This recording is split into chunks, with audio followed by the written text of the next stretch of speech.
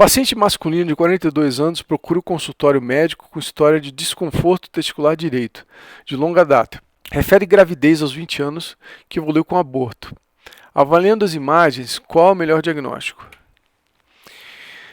Então a gente vê aqui o ultrassom do testículo direito, né? Um testículo com volume reduzido, 6,59, tá? Com um aspecto um pouco heterogêneo. Né? Aqui é a mesma coisa, tá? Um testículo direito. Na bolsa a gente já começa a ver algumas imagens aqui enoveladas, hipoecogênicas. Fazendo-se estudo com Doppler colorido do testículo direito,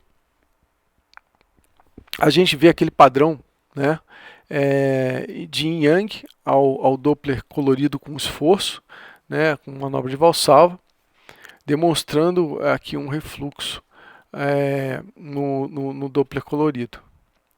Mesma coisa, né, mostrando uma inversão do padrão, né, do refluxo.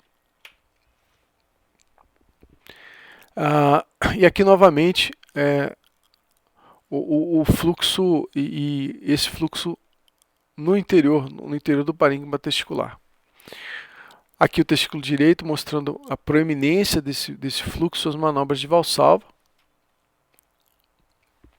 E aqui a avaliação do testículo esquerdo, né, com medidas, né, um testículo um pouco maior, né, 16,98 ml, é o testículo de volume normal, com parênquima normal, tá? E com fluxo habitual dentro do seu parênquima. Aqui também avaliação do cordão espermático, um plexo pampiniforme, algum grau de refluxo, às manobras de Valsalva. E aqui o testículo esquerdo mostrando exatamente aquele refluxo, né, às manobras de Valsalva. Então, qual que é o diagnóstico nesse caso? Varicocele direita com atrofia testicular ipsilateral, varicocele esquerda com atrofia testicular contralateral, varicocele bilateral com componente intratesticular e atrofia testicular à direita, e atrofia testicular direita com varicocele bilateral. Então, a melhor hipótese aqui é a varicocele bilateral, né? Ela é mais proeminente à direita, só que a direita ela tem um componente intratesticular, levando à atrofia testicular direita. Né? Então, lembrar que o termo varicocele vem do grego varicus, kele, tumefação, acomete 8 a 20% da população e pode causar infertilidade. É mais comum à esquerda e 70% bilaterais. Né? Lembrem que esse paciente ele teve uma história de aborto. Então, o que acontece? Essa questão do aborto pode estar relacionada ao aumento de fragmentação de DNA do espermatozoide e as alterações morfológicas, né, induzidas pela varicocele. Então, o paciente ele tem uma atrofia testicular direita e provavelmente com as repercussões da espermatogênese associadas. A gente tem que lembrar que é uma coisa importante, né, que nesse caso, como o paciente tinha a varicocele à direita apenas, com atrofia testicular, pensar em algum fator compressivo retroperitoneal, tumor retroperitoneal ou fibrose retroperitoneal ou outra causa. É muito comum, a varicocele em geral é mais comum à esquerda, quando ela só está à direita, a gente tem que pensar nessas outras afecções associadas. Lembrar também que o ultrassom não é o gold standard para o diagnóstico de varicocele, tá? É o que a gente usa, é o que a gente tem, tá? Porque o ultrassom ele é um operador dependente, então como ele é altamente dependente disso, a gente costuma ter uma variabilidade de resultados muito grande.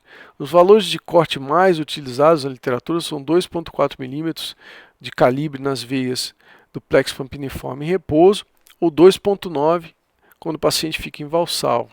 Tá? O tempo de refluxo também foi aferido de 1 a 2 segundos, e a velocidade, aquela velocidade de refluxo que a gente falava antigamente, acima de 5 centímetros por segundo, é controverso e não está sendo reproduzido nos artigos. Tá? Muito importante também sempre lembrar de testar o paciente, o refluxo dele em ortostase, porque às vezes com o paciente deitado, a gente não tem o refluxo, e quando ele fica em pé, esse refluxo é presente. Isso é questão de prova. A classificação da varicocele ela pode ter algumas extensões, tá? Ela pode acometer apenas o funículo, ela pode acometer apenas a região extratesticular, né, apenas o plexo piniforme, né, e nesse caso ela pode ser supratesticular, para ou peritesticular, infratesticular e até global, tá? Ou pode ser intratesticular, como a gente viu nesse caso, que pode ser tanto hilar, subcapsular ou transtesticular. Existem várias classificações sonográficas de varicocele, né? Então a gente não vai entrar nesses dados, são vários tipos de classificação, de graus. Mas no caso da varicocele intratesticular, bem como nesse caso, o paciente, além da infertilidade, ele tinha uma coisa que não é comum para a varicocele, ele tinha dor testicular. A dor não é comum da varicocele, a não ser que haja uma certa congestão do epidídimo. Mas a varicocele intratesticular, ela dói, então é comum nesses casos. Então aqui a gente vê os padrões da varicocele intratesticular. Ela pode ser apenas hilar, né, no mediastino testicular, ela pode ser subcapsular, abaixo da albugínea, ou pode ser transtesticular, quando ela comete todo o parênquima testicular.